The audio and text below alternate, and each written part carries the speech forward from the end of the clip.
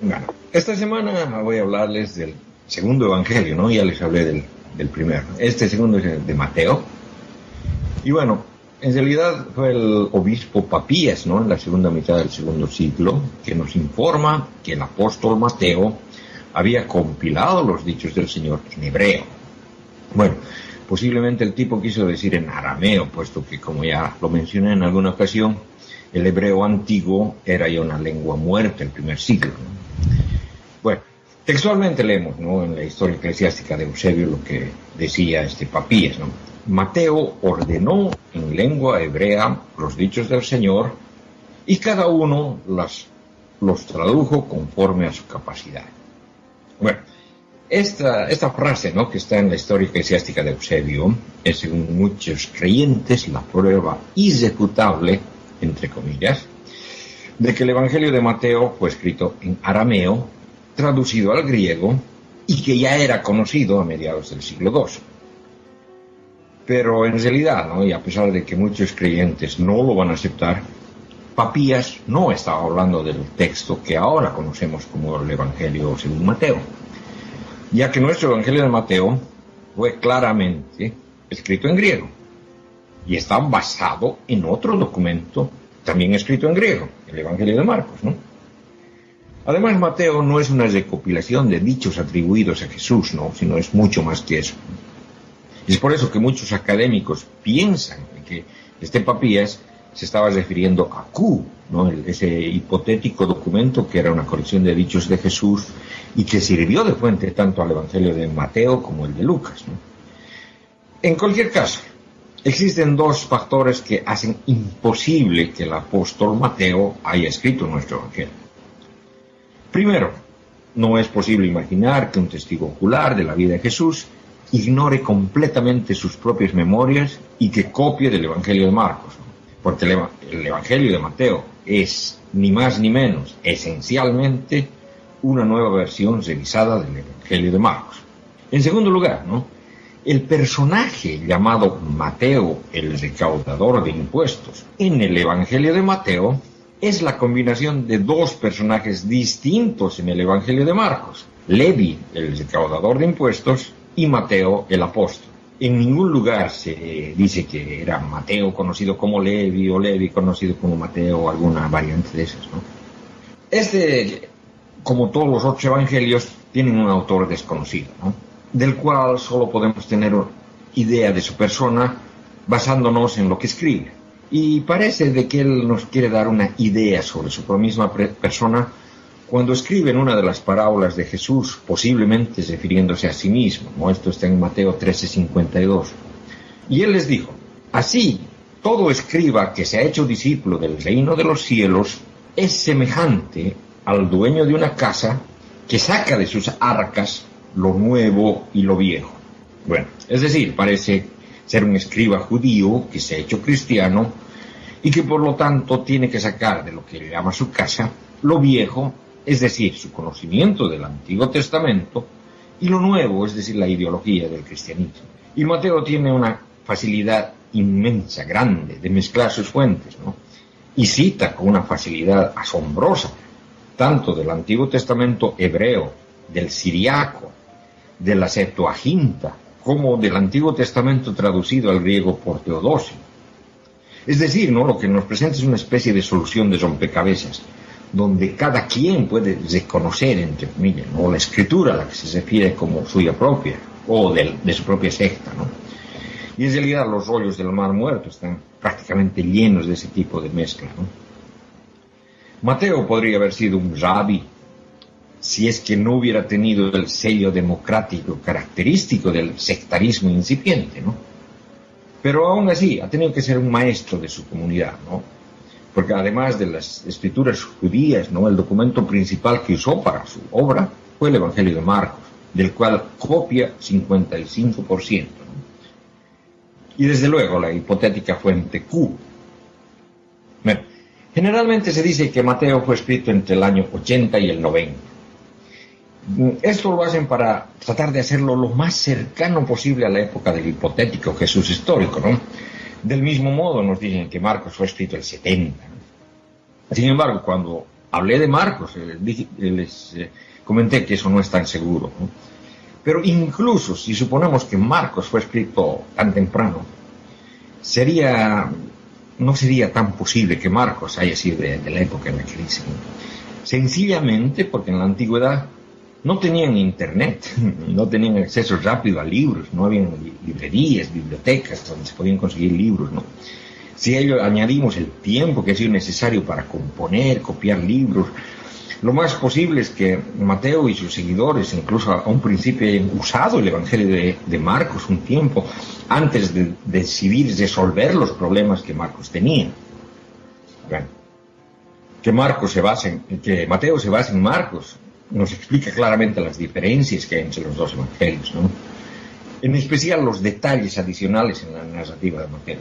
Muchas de las porciones nuevas parecen ser respuestas a problemas que Mateo haya podido tener cuando leía a Marcos. ¿Por qué Judas tenía que traicionar a Jesús? Bueno, por dinero. ¿Y por cuánto? ¿Por qué habría Pilatos intentado salvar a Jesús? ¿Qué le pasó a Judas después? Etcétera. Es decir, Mateo sin duda usa su propia narrativa para explicar esas dudas, ¿no? Buscando llenar los blancos, los vacíos, con cosas del Antiguo Testamento. El Evangelio de Marcos ya está lleno de anacronismos, ¿no? Es decir, por ejemplo, la presencia de sinagogas en lugares donde en esa época sencillamente no existían, o llamar a Jesús rabí, cuando ese título recién se empezó a usar a principios del siglo II, ¿no? Es más o menos como querer decir que hay canciones de los 1920, ¿no?, que contengan el estribillo, yeah, yeah, yeah. No da, ¿no? O sea, Mateo, por ejemplo, nos menciona la cátedra de Moisés. Eso está en 23.2, Mateo 23.2. Esta es una silla en cada sinagoga que colocaban al lado del lugar donde se sienta el anciano que preside la reunión, ¿no? Bueno, entre los católicos dicen que esto se refiere a la silla donde se sienta el Papa. Lamentablemente, esta costumbre apareció también en el siglo II, ¿no? Y este tipo de anacronías solamente se pueden explicar racionalmente, ¿no?, trasladando la fecha de la escritura del Evangelio unas cuantas décadas en el tiempo, ¿no?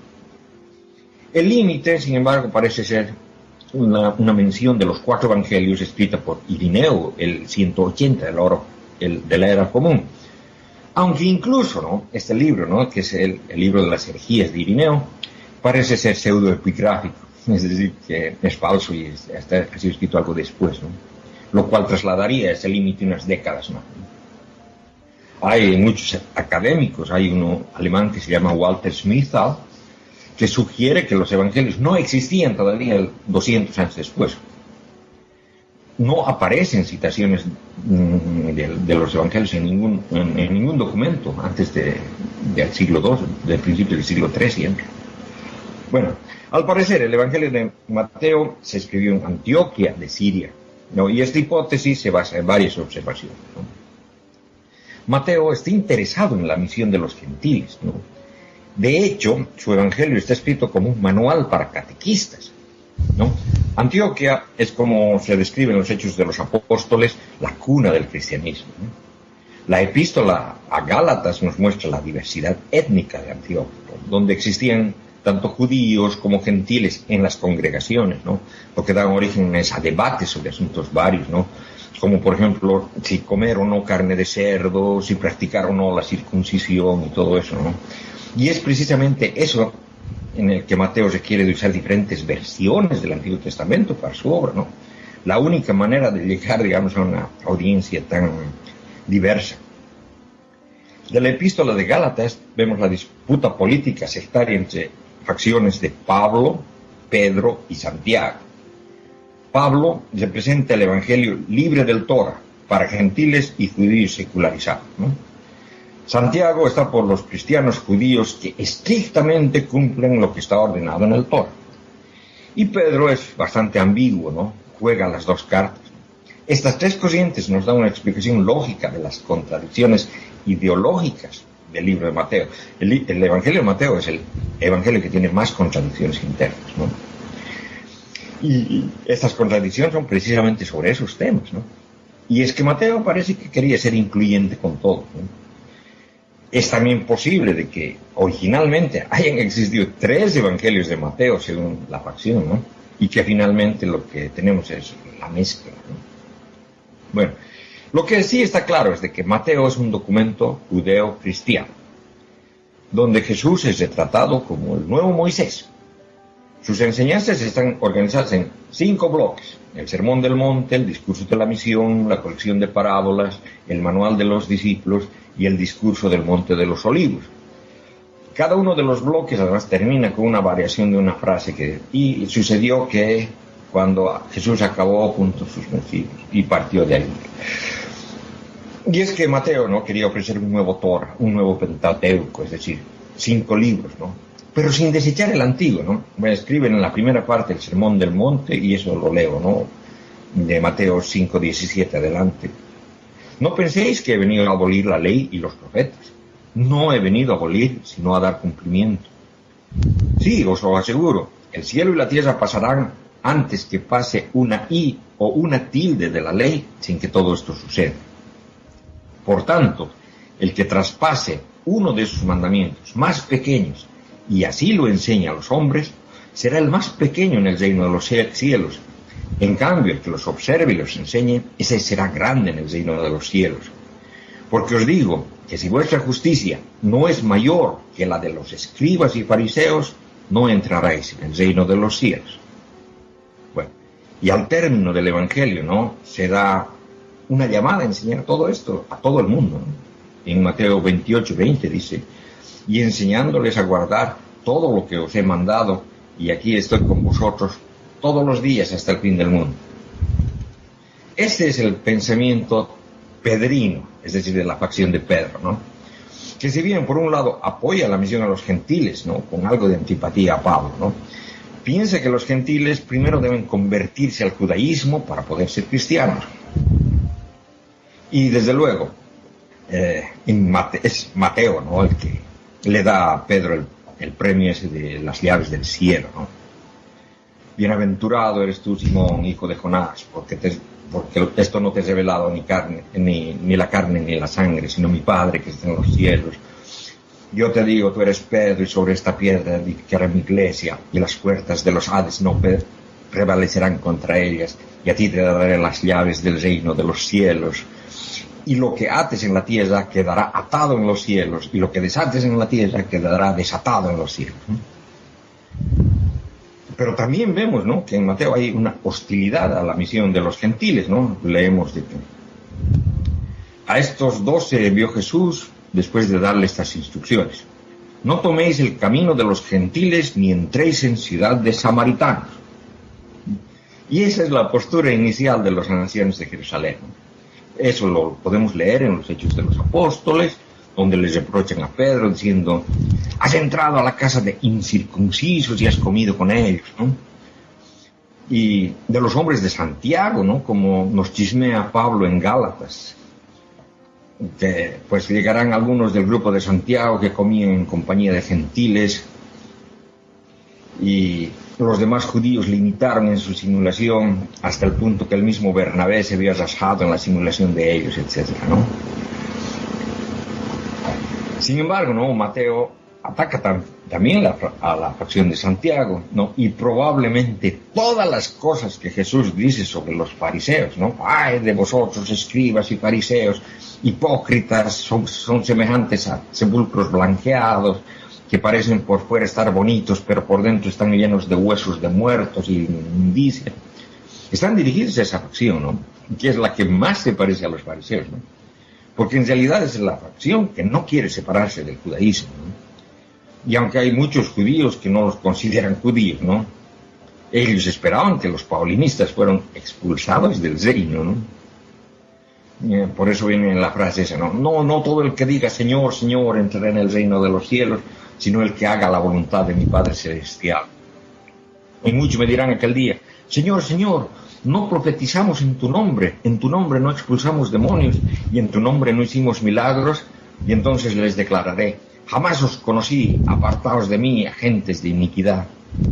Bueno, mientras la facción de Pedro era más tolerante, como lo vimos antes, estaban dispuestos a aceptar gentiles, siempre y cuando se judaicen primero, es decir, se circuncisen y dejen de comer cerdos y camarones, ¿no?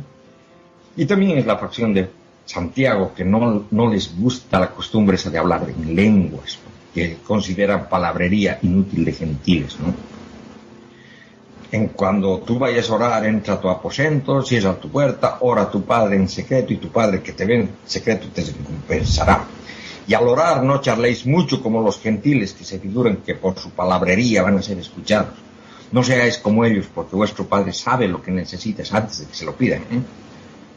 Mientras tanto, ¿no? Pedro, en los Hechos, como Pablo en 1 Corintios, están asociados con la práctica esa, ¿no? De hablar en lenguas, ¿no? De todas maneras, es muy probable que Mateo haya llegado a conocer el Evangelio de Marcos gracias a la congregación paulista, ¿no? Porque, como hemos visto, ¿no? El contenido de Marcos, y además de que hay lugares en el contenido de Marcos que es imposible trasladarlo a Mateo, ¿no? Cosas que suenan claramente a gnosticismo, como eso de que el que tenga oídos que oiga. Marcos, además, rechaza abiertamente a los 12 apóstoles, ¿no? Como ya los mencioné cuando hablaba de ese evangelio, ¿no? Los retrata como unos imbéciles. Marcos también rechaza a la familia de Jesús, ¿no? En la que está incluida Santiago. Bueno, en realidad Marcos hace que Jesús los repudie. Esa postura de Marcos es casi marcionista, ¿no? Y debido seguramente ha sido una anécdota que les ha gustado mucho a los paulistas y a los pedrinos, ¿no? Y en realidad esos títulos son los que usaban esas facciones para identificarse. Santiago, el hermano del Señor; Pedro era el jefecito de los apóstoles, ¿no? Y Mateo trata de mitigar la manera negativa que Marcos le trata a Pedro o al resto de los apóstoles, ¿no? Por eso, obviamente, le concede las llaves del reino de los cielos. Y eso, además, ¿no? Eso de que podía atar las cosas en el cielo y en la tierra. Después el mismo Mateo hace que sea incluyente a cualquier grupo de creyentes que se reúnan a orar, ¿no? Yo os aseguro que lo que atéis en la tierra quedará atado en el cielo, y todo lo que desatéis en la tierra quedará desatado en el cielo, ¿no? O sea, porque donde están 2 o 3 reunidos en mi nombre, allí estoy yo en medio de ellos. Bueno, en sí, hay muchas más cosas que se podría hablar de este evangelio, ¿no? Pero lo voy a dejar eso por aquí hoy, ¿no? Y la próxima semana voy a empezar a hablar sobre el evangelio de Lucas, ¿no? Y en realidad pienso que este evangelio va a necesitar por lo menos unos 2 programas, ¿no? Porque hay que hablar del proto-evangelio de Lucas, ¿no? Es decir, del evangelio de Marción, ¿no? Y ahora que me doy cuenta, he hablado mucho sobre este Marción y nunca he tenido un programa exclusivamente sobre eso. Así que la próxima semana pienso hablar primero de Marción y hablar de cómo ha comenzado el evangelio de Lucas, ¿no? Y de aquí a 2 semanas veremos cómo el evangelio marcionista fue catolizado, ¿no? Para convertirse en el evangelio que hoy conocemos como Lucas. Pero eso es todo por hoy, ¿no?